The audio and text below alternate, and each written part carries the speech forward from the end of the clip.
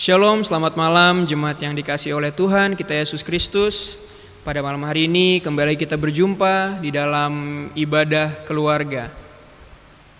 Walaupun pandemi COVID-19 masih berada di sekitar kita, tetapi percayalah bahwa Allah tetap menyertai kita hingga saat ini. Karena itu, marilah kita bangkit berdiri, kita nyatakan syukur kita kepada Allah dengan beribadah kepadanya. Kita lakukan Kidung Jemaat nomor 17, baitnya yang pertama, Tuhan Allah hadir pada saat ini dan apa yang selanjutnya.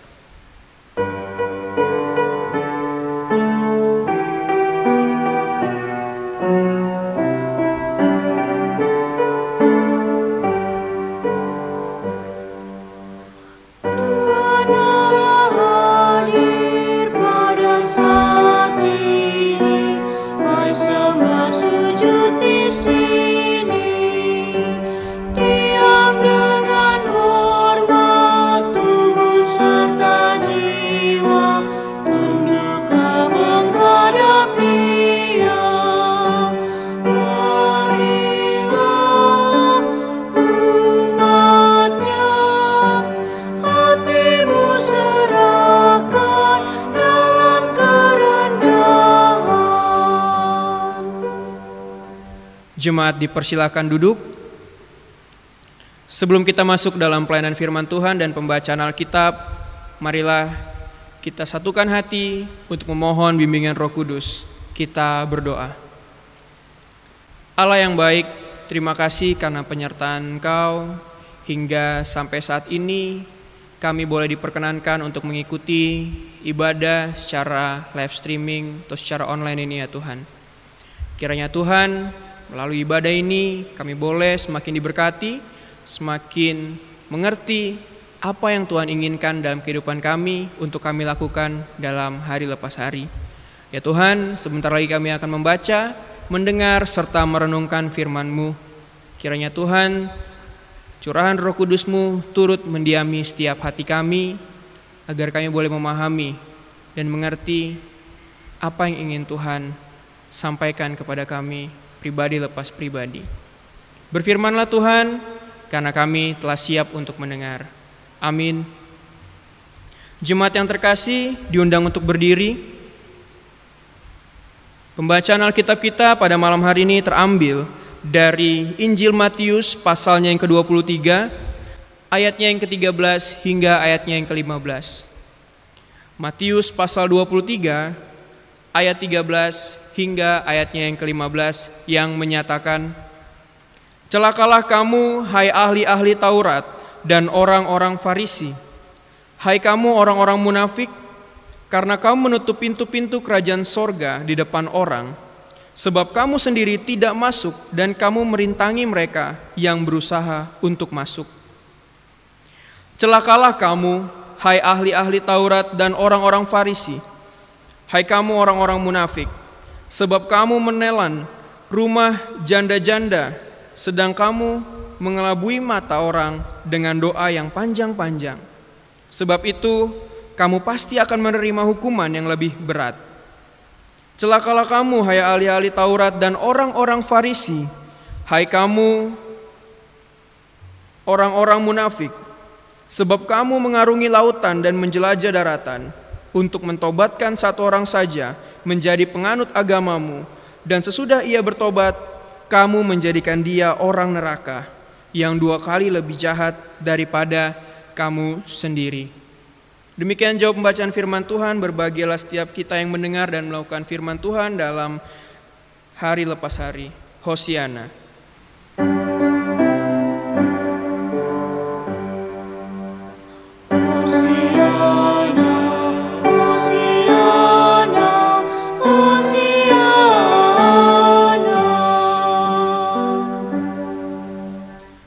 Jemaat dipersilakan duduk. Shalom, selamat malam bagi kita semua, jemaat yang terkasih di dalam Tuhan kita Yesus Kristus. Sebelum kita masuk ke dalam renungan kita malam hari ini, saya ingin mengajak kita untuk menyaksikan salah satu cuplikan berikut ini.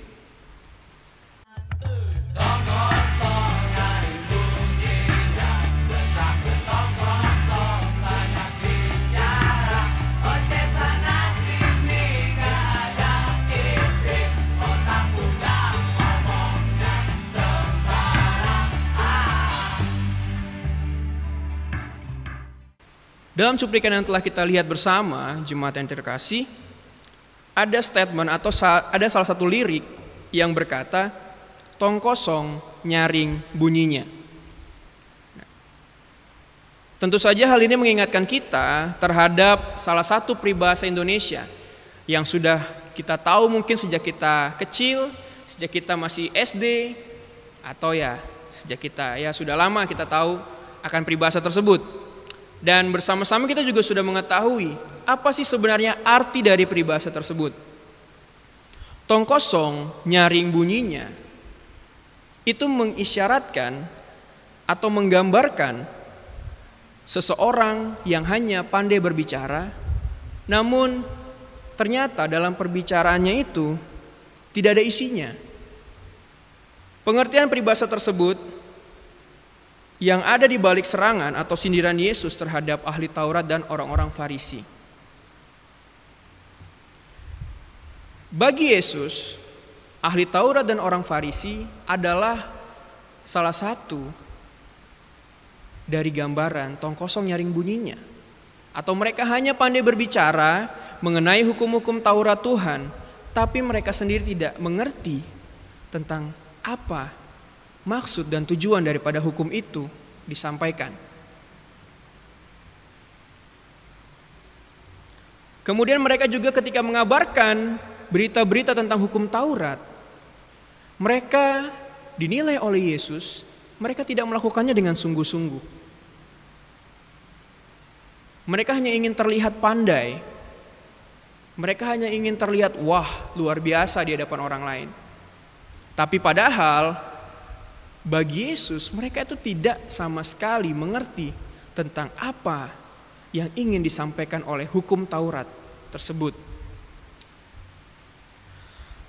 Dalam pengajaran Yesus kepada orang banyak dan murid-murid kali ini tidak menyoal tentang hukum Taurat itu sendiri, melainkan kepada oknum-oknum atau ahli Taurat dan juga orang Farisi yang menempatkan diri mereka dengan bertamengkan hukum Taurat.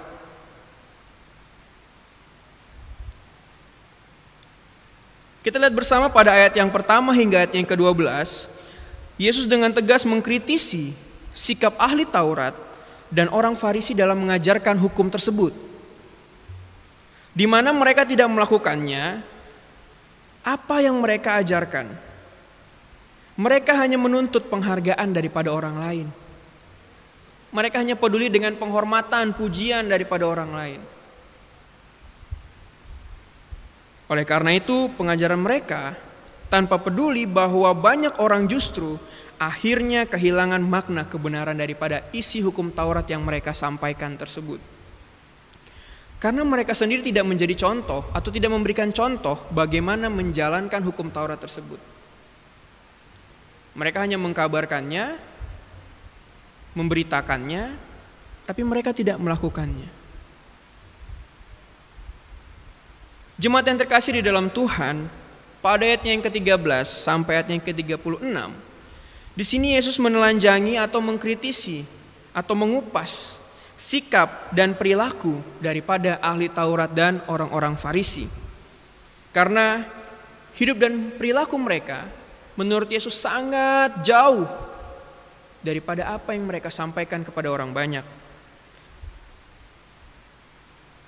Pada bagian ini kita melihat bahwa sebanyak 7 kali Yesus menyebutkan celakalah kamu dan kamu orang-orang munafik. Menurut SGDK, kata celakalah ini berasal dari bahasa Yunani, owai, merupakan kata yang sulit diterjemahkan sebab memiliki arti kemarahan atau kesedihan. Sehingga dapat diartikan kecaman Yesus kepada ahli Taurat dan orang Farisi ini merupakan amarah atau kemarahan yang muncul justru akibat karena keprihatinan Yesus dan kasih yang mendalam kepada jemaat-jemaat yang sudah dalam tanda kutip dibodohi oleh hukum-hukum Taurat yang dikabarkan oleh ahli Farisi, ahli Taurat dan orang-orang Farisi. Mereka seolah-olah dibohongi.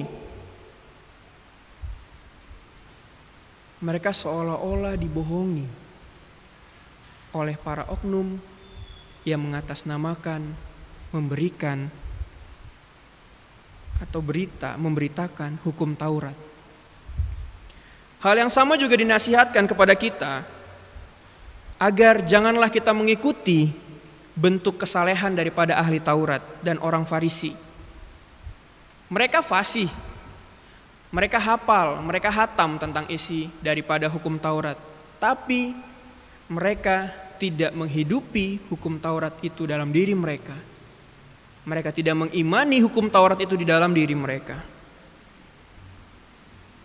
Mereka sangat jago dalam menafsirkan firman Allah, namun pada hakikatnya atau pada kenyataannya mereka tidak mampu untuk menghidupi kebenaran Allah itu, kebenaran firman Allah itu dalam kehidupan mereka. Dengan demikian, Yesus menginginkan kita untuk kita bisa setia belajar firman Allah. Namun selain setia belajar firman Allah, kita juga diajak atau dianjurkan untuk taat melakukan apa yang dikatakan di dalam firman Allah. Jemaat yang terkasih dalam Tuhan kita Yesus Kristus, sementara itu kata munafik sendiri dalam bahasa Yunani itu adalah hupokrites, yang berarti orang menjawab, orang yang menjawab. Kemudian ada arti lain yaitu aktor. Kemudian ada juga artinya orang yang berpura-pura, orang yang bersandiwara, orang yang memakai topeng, orang yang menunjukkan perasaan di luar saja. Nah, sehingga kita dapat mengerti bahwa kecaman Yesus kepada ahli Taurat dan orang Farisi itu menunjuk pada sikap mereka yang seperti aktor. Mereka hanya bermain peran. Mereka hanya diberikan tugas, mereka mendapatkan tugas sebagai ahli Taurat, sebagai orang-orang yang terpilih di dalam lingkup komunitas Yahudi, lingkup dalam peribadahan umat Yahudi. Mereka terpilih menjadi ahli Taurat. Namun mereka tidak bisa memberikan diri mereka sepenuhnya sebagai seorang pelayan. Mereka hanya memainkan peran diri mereka sebagai seorang pelayan. Namun di balik itu, mereka akan membuka topeng mereka. Jadi ketika mereka berjalan atau menghampiri orang dengan label ahli Taurat, itu mereka hanya memakai topeng. Karena menurut Yesus bahwa ketulusan itu tidak ada dalam diri mereka dalam hal melayani. Mereka sangat pandai bersandiwara. Ya, seperti kemarin mungkin kita mendengar khotbah tentang bagaimana mereka ketika mereka berdoa itu mereka ingin dilihat oleh orang lain. Mereka ingin mendapat pujian, kehormatan dari orang lain. Tapi dalam diri mereka sendiri tidak ada niat ketulusan yang tercipta.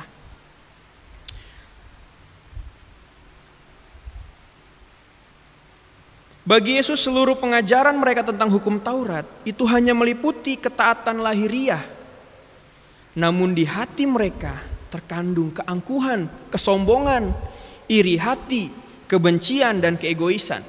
Ini terbukti karena ketika Yesus hadir menjadi sosok yang sangat dicintai oleh banyak orang, mereka merasa iri. Istilahnya kalau bahasa sekarang mereka merasa insecure, tidak percaya diri. Dan mereka ingin Yesus dihilangkan dari dunia dengan cara difitnah hingga nanti Yesus akan disalib di atas kayu salib. Jadi memang dasarnya keinginan mereka itu tidak murni sebagai seorang pelayan. Tidak didapatkan ketulusan di dalam hati mereka. Karena di dalam hati mereka lebih banyak mengandung keangkuhan, kesombongan, iri hati, kebencian dan keegoisan. Selfish. Jadi sehingga kesalehan mereka hanya menjadi topeng yang menutupi kedegilan mereka atau keburukan mereka. Jemaat yang terkasih, pada ayat yang ke-13 hingga ayat yang ke-15, kecaman Yesus menyoal pada 3 hal yang penting. Jadi ada 3 hal penting yang akan kita pelajari bersama-sama pada malam hari ini.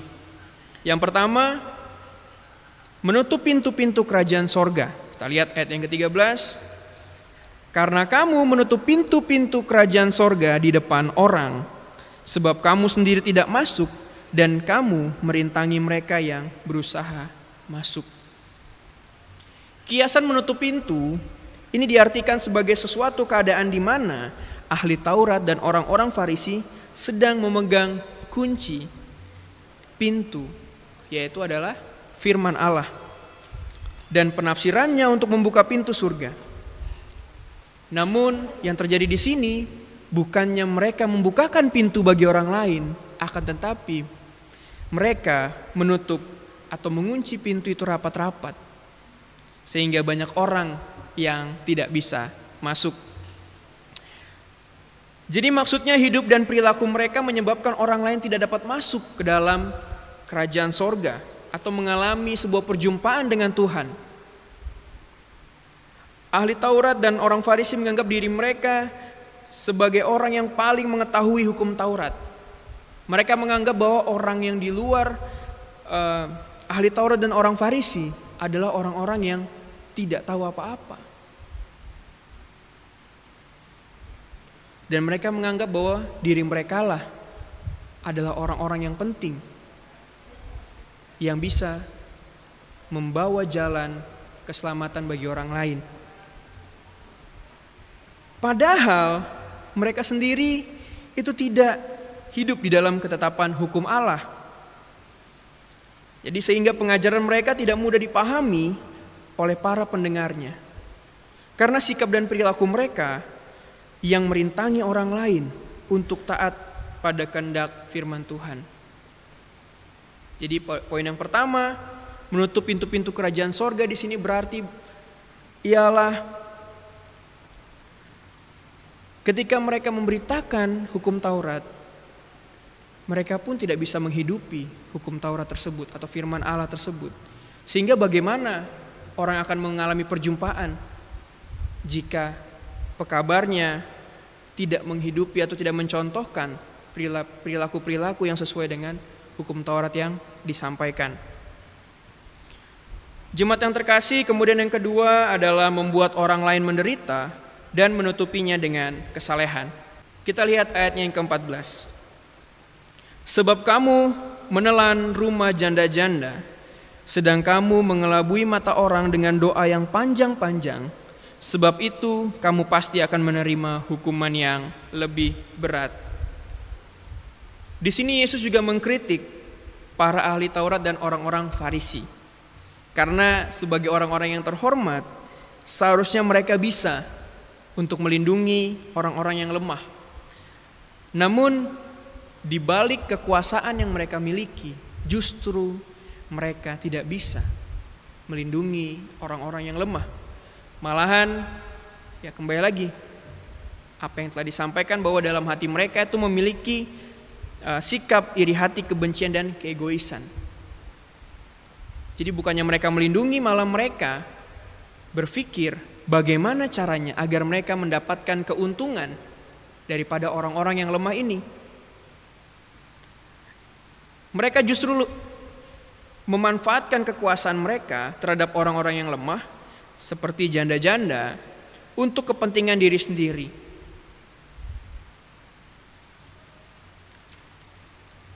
Dengan perkataan lain bahwa ahli Taurat dan orang-orang Farisi ini mengambil keuntungan dari keadaan janda-janda dengan cara merampas rumah, kemudian merampas seluruh harta benda mereka.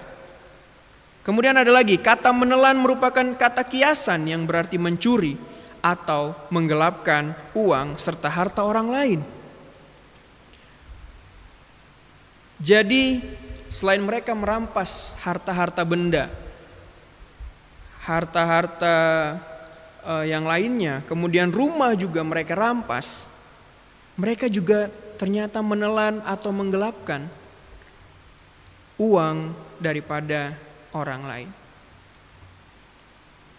Ahli Taurat dan orang Farisi mengucapkan doa yang panjang-panjang untuk membuat kesan yang baik. Ya. Kita sering mendengar bahwa kalau doanya panjang berarti dipenuhi oleh kuasa Tuhan dan lain sebagainya. Tidak salah jika itu dilakukan dengan penuh ketulusan, dengan penuh kerendahan hati dan sungguh-sungguh kepada Tuhan. Tapi yang terjadi di sini adalah ketika orang Farisi dan ahli Taurat yang berdoa, mereka berdoa dengan panjang itu hanya untuk terlihat hebat, hanya untuk terlihat baik. Di sini kita bisa lihat bahwa perbedaannya adalah di motivasi mereka ketika mereka berdoa. Jadi doa yang panjang itu tidak salah, Bapak Ibu Saudara-saudari. Tapi jika motivasi kita berdoa itu tidak benar, maka itulah doa itu bisa menjadi sesuatu hal yang salah. Janganlah kita menjadikan doa ataupun perkataan kita sebagai salah satu tipu muslihat kita kepada orang lain, sehingga kita bisa mendapatkan keuntungan pribadi dan kita bisa-bisa merugikan orang lain daripada perilaku kita. Jadi orang Farisi dan ahli Taurat, mereka berdoa dengan panjang-panjang itu hanya untuk dilihat orang. Ya. Jadi doa mereka menurut Yesus tidak ada kuasanya, tapi hanya perkataan yang indah, yang luar biasa bagus, tapi tidak ada isinya, tidak ada kuasanya. Karena tidak diimani dan tidak dilakukan dengan sungguh-sungguh. Jadi marilah kita belajar dari ahli Taurat dan orang Farisi. Jangan seperti mereka. Jika kita ingin berdoa, berdoalah dengan penuh kerendahan hatian, dengan penuh rasa sungguh-sungguh kepada Tuhan. Ahli Taurat dan orang Farisi juga menempatkan diri sebagai pengajar, namun mereka sendiri justru mengabaikan bagian penting dalam firman Allah. Lalu untuk menutupi kebobrokannya atau keburukannya, mereka mencoba mengelabui banyak orang dengan doa yang panjang di depan banyak orang. Jadi Bapak Ibu jemaat yang terkasih,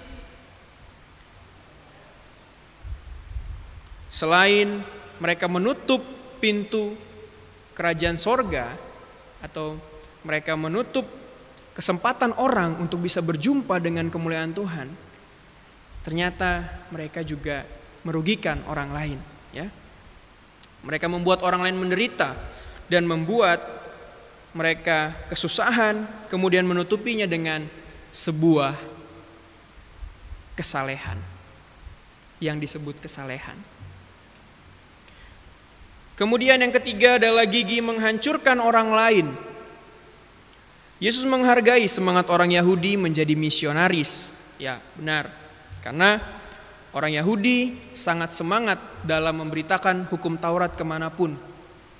Mereka juga rela bepergian jauh hanya untuk menyampaikan kebenaran daripada hukum Taurat dan membuat mereka percaya kepada Allah Israel. Mereka juga dapat mengarungi lautan yang luas dan menjelajah daratan. Tetapi Yesus mencela hasil pelayanan mereka, di mana orang-orang yang dilayani bukannya menjadi berubah menjadi manusia yang lebih baik, melainkan menjadi manusia yang lebih jahat daripada ahli Taurat dan orang-orang Farisi. Orang Farisi dan ahli Taurat sangat bersemangat dalam mentobatkan orang lain untuk percaya kepada Allah Israel. Tapi seringkali ketika mereka mentobatkan itu bukan kembali ke jalan yang benar, tapi mereka malah memberi mereka jalan yang salah. Di sini ditulis bahwa kenyataannya orang Farisi dan ahli Taurat menjadikan orang-orang lain itu menjadi orang neraka atau penghuni neraka, ya, yang 2 kali lebih jahat daripada orang Farisi dan ahli Taurat. Jadi kehadiran mereka bukannya membuat orang menjadi semakin baik, melainkan membuat orang menjadi semakin buruk atau semakin jahat. Ini yang mau dikritisi Yesus, bahwa kehadiran kita ketika kita menjadi orang Kristen, menjadi orang percaya kepada Tuhan, hendaklah kita menunjukkan sikap dan perilaku kita yang baik, yang sesuai dengan firman Tuhan. Sehingga ketika orang menilai bahwa oh ternyata orang Kristen itu begini ya, baik banget. Oh ternyata orang Kristen itu luar biasa, penuh kasih sayang, tidak pemarah. Orang Kristen ternyata bisa bergaul dengan siapa saja.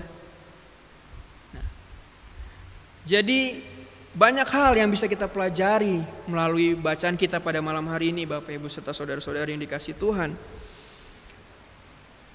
Dan kemudian ahli Taurat dan orang Farisi adalah orang-orang yang gigih menyesatkan orang lain. Kita jangan menyesatkan orang lain lagi.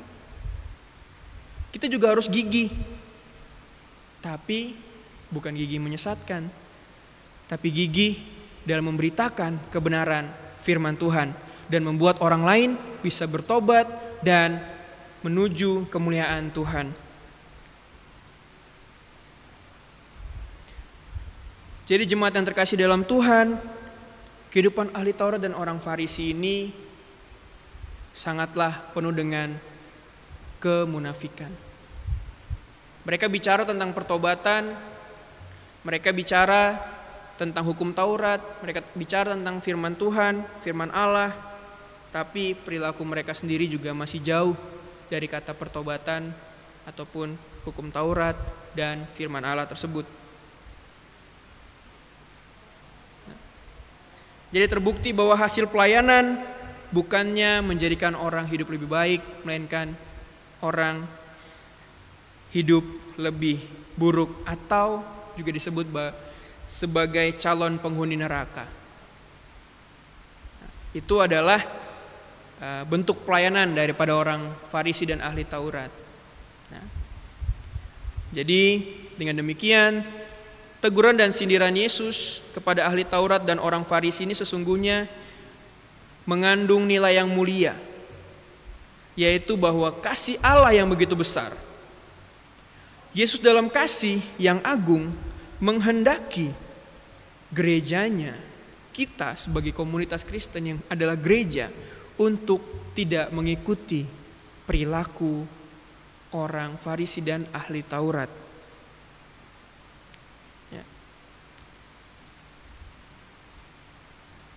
Agar kita jangan terjebak di dalam kesalehan yang ternyata menyesatkan atau palsu. Kita juga dinasihatkan agar kita tidak mengikuti bentuk kesalehan ahli Taurat dan orang Farisi yang hanya fasih dalam membaca Alkitab, membaca firman Tuhan, menafsir firman Allah, menafsir hukum Taurat, menafsir Alkitab. Tapi kita tidak mampu menghidupi kebenaran firman Allah itu sendiri.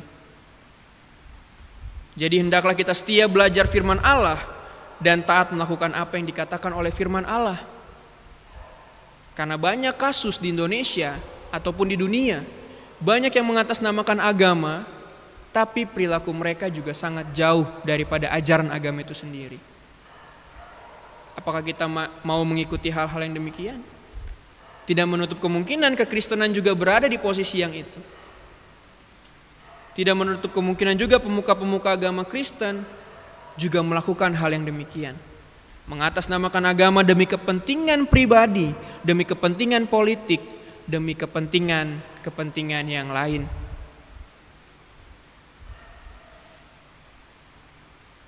Ingat yang Yesus katakan, bahwa ketika kita diberikan tanggung jawab dalam hal melayani, dan juga mandatnya kepada kita, amanat agungnya kepada kita, untuk menjadikan semua bangsa murid Yesus, kita lakukanlah dengan sungguh-sungguh, dengan penuh ketulusan, dengan penuh keyakinan dan iman terhadap Yesus Kristus.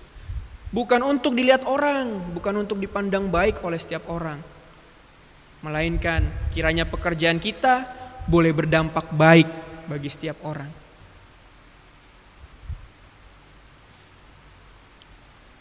Jadi semangat melayani dan bersaksi itu sangat penting bagi kehidupan kita, untuk kita bangun, untuk kita pelihara dalam kehidupan kita. Menerima Kristus mudah saja, Ya, saya percaya dengan Yesus. Tapi setia dalam setiap perkaranya, setia dalam setiap tanggung jawab yang ia berikan, itulah yang susah. Itulah yang penuh tantangan. Tapi kalau kita datang kepadanya dan memohon agar kita diberikan kekuatan, kemampuan untuk menjadi muridnya yang setia dan taat akan firman-Nya, pasti kita akan dimampukan dan dijauhkan dari segala sikap dan perilaku seperti ahli Taurat dan orang-orang Farisi. Jadi jadikanlah hidup kita bait Allah, tempat berdiamnya Allah, dan juga jadikanlah hidup kita sebagai firman yang hidup. Sehingga ketika orang lain melihat kita, mereka bisa melihat kemuliaan Tuhan terpancar dalam diri kita. Sehingga mereka juga boleh belajar menjadi manusia yang lebih baik lagi, memuliakan Tuhan, memuji Tuhan, lewat apa yang kita bisa lakukan, lewat apa yang bisa kita teladankan bagi mereka. Sehingga kita menjadi teladan yang baik, seperti Yesus yang sudah menjadi teladan yang sangat baik dalam kehidupan kita, hari lepas hari. Jadi jadilah hidup kita menjadi saluran berkat Tuhan dimanapun kita berada, baik sesama kita yang beragama Kristen atau percaya kepada Yesus, maupun kepada sama-sama kita, saudara-saudara kita di luar keimanan kita kepada Yesus. Teruslah menjadi manusia yang baik, teruslah menjadi manusia yang hidup dalam kebenaran firman Allah, dan teruslah menjadikan Yesus Kristus sebagai Tuhan dan Juru Selamat kita yang senantiasa memberikan kita kekuatan, kemampuan dalam menjalankan setiap langkah kehidupan kita hari lepas hari. Amin. Jemaat yang terkasih dalam Tuhan, marilah kita merespon firman Tuhan dari Kidung Jemaat nomor 446, baitnya yang pertama dan baitnya yang kedua. Setialah kepada Tuhanmu, hai kawan yang penat, dan apa yang selanjutnya.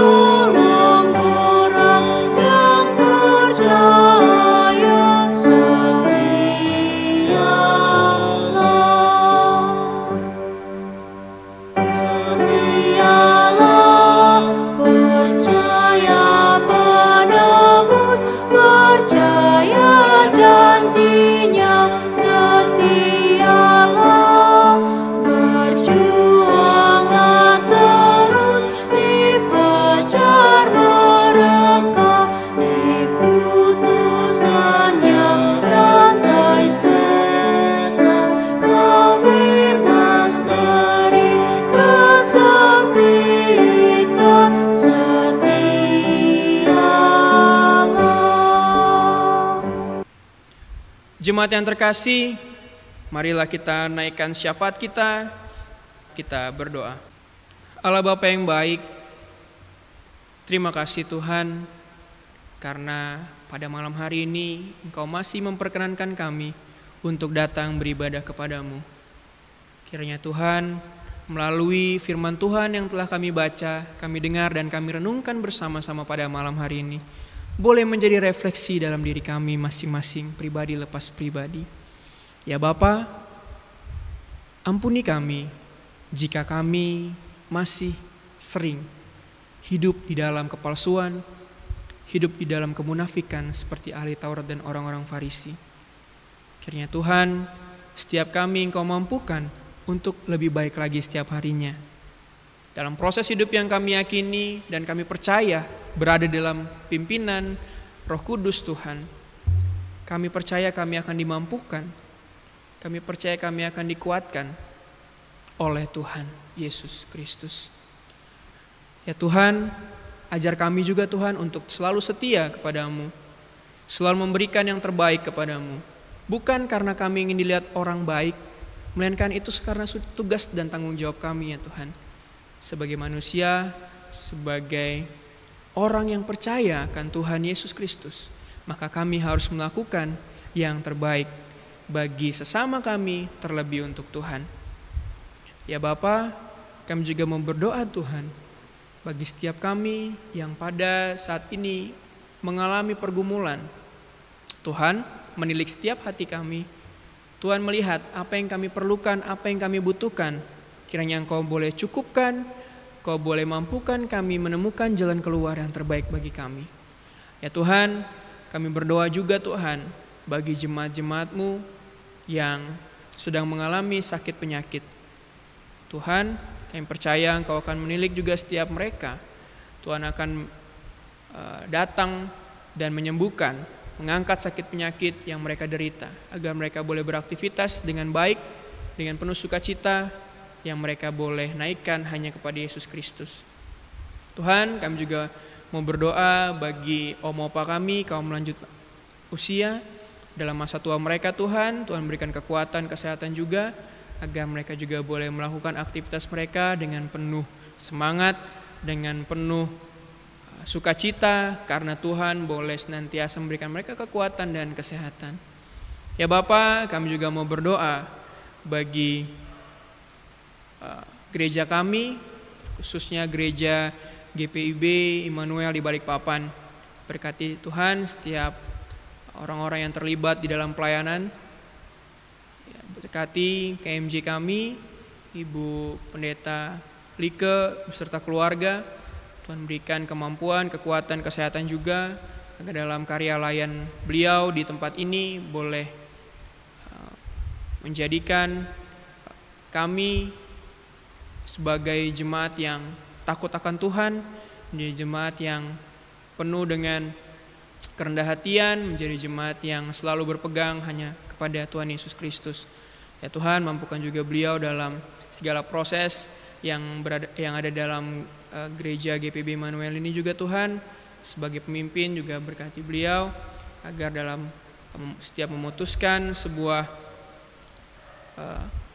pembahasan atau apapun itu Tuhan, kiranya boleh yang terbaik bagi kami jemaat di tempat ini Tuhan. Kami juga berdoa Tuhan bagi PHM dan juga majelis dalam karya lain mereka juga Tuhan mampukan. Tuhan berikan kekuatan, kesehatan dan juga hati yang sungguh-sungguh dalam melayani. Ya Tuhan, jauhkan kami dari setiap sikap egois, sikap motivasi-motivasi yang salah, motivasi-motivasi yang tidak berkenan di hadapan-Mu.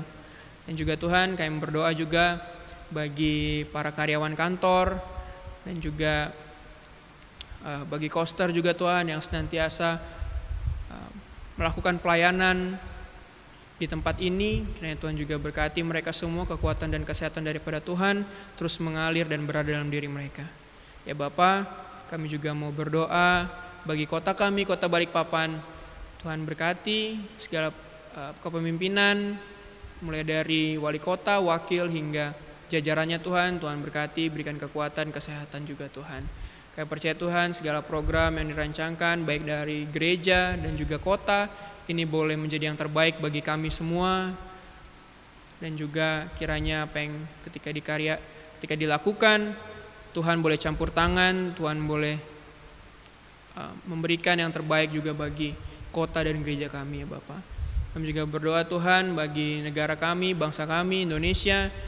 Dalam segala pergumulannya juga Tuhan lihat, Tuhan mengetahui, dan berkati Bapak Presiden dengan wakil, kemudian para menteri dan jajarannya Tuhan hingga sampai tingkat RT juga Tuhan berkati, agar dalam mengurus negara ini boleh sungguh-sungguh, boleh berkenan juga di mata Tuhan. Ya Bapa, pergumulan yang dialami oleh negara kami sangat banyak Tuhan. Salah satunya adalah bencana alam juga Tuhan. Jauhkanlah negara kami dari bencana alam Tuhan, agar kami juga boleh senantiasa bersukacita, boleh berkumpul dengan sanak saudara Tuhan. Dan apabila Tuhan bencana alam sudah boleh terjadi di negara kami juga mau berdoa kiranya Tuhan menguatkan setiap mereka yang mengalami bencana alam ini, dan mereka yang ditinggalkan oleh sanak keluarga mereka, anggota keluarga mereka. Tuhan boleh kuatkan dan Tuhan boleh mampukan mereka agar bisa hidup lebih baik lagi dari hari kemarin. Ya Bapa, kami juga mau berdoa bagi setiap instansi, aparatur negara, bagian kesehatan yang berusaha menanggulangi virus atau pandemi yang pada saat ini ada di Indonesia juga Tuhan. Tuhan berikan mereka kekuatan, kesehatan juga Tuhan, agar ketika mereka melakukan tugas tanggung jawab mereka dalam bangsa dan negara kami ini Tuhan, mereka juga boleh dilindungi oleh Tuhan, dijauhkan dari segala macam mara bahaya dan juga hal-hal yang tidak baik bagi mereka Tuhan. Ya Tuhan, mampukanlah kami anak-anak-Mu yang percaya kepada Tuhan, yang yakin bahwa Yesus adalah Tuhan dan Juru Selamat kami yang hidup, untuk boleh terus berkontribusi demi bersama-sama menghilangkan pandemi ini dari negeri kami Indonesia Tuhan. Berikan kami hikmat-Mu Tuhan, agar kami juga boleh menjadi anak-anak yang takut akan Tuhan dan juga taat aturan pemerintah. Terima kasih Tuhan, inilah doa dan ungkapan syukur kami Tuhan. Banyak yang ingin kami sampaikan Bapa, tapi kami yakin dan percaya bahwa Tuhan Yesus Maha mengetahui setiap isi hati kami dan akan memberikan yang terbaik sesuai dengan porsi yang Tuhan sudah siapkan bagi kami semua. Terima kasih Bapa. Doa yang kami bawakan ini Tuhan, kami alaskan hanya dalam anak-Mu Yesus Kristus yang telah mengajar kami berdoa. Bapa kami yang di sorga, dikuduskanlah nama-Mu. Datanglah kerajaan-Mu, jadilah kehendak-Mu di bumi seperti di sorga. Berikanlah kami pada hari ini makanan kami yang secukupnya, dan ampunilah kami akan kesalahan kami, seperti kami juga mengampuni orang yang bersalah kepada kami. Dan janganlah membawa kami ke dalam pencobaan, tetapi lepaskanlah kami daripada yang jahat.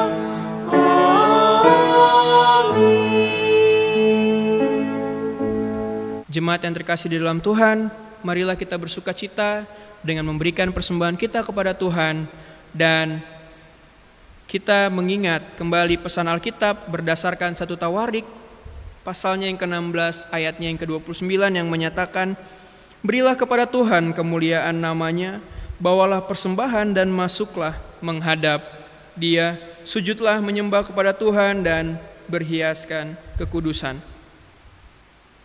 Kita lakukan Kidung Jemaat nomor 446 baitnya yang ketiga, dan juga bersama-sama dengan persembahan dijalankan.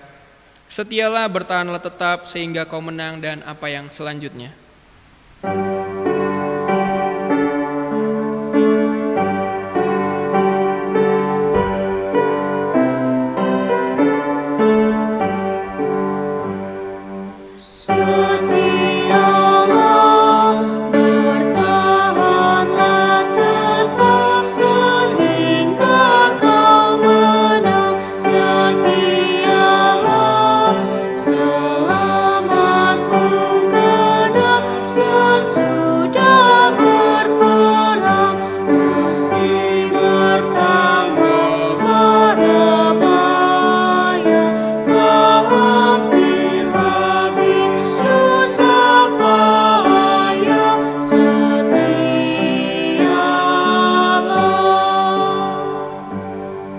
Marilah kita bangkit berdiri dengan kita menyerahkan persembahan kita, dan sekaligus kita menutup ibadah kita pada malam hari ini dengan bersama-sama kita berdoa. Mari berdoa. Allah sumber segala berkat, Engkau memanggil kami umat-Mu untuk menerima berkat dan menyalurkannya juga untuk pelayanan terhadap sesama.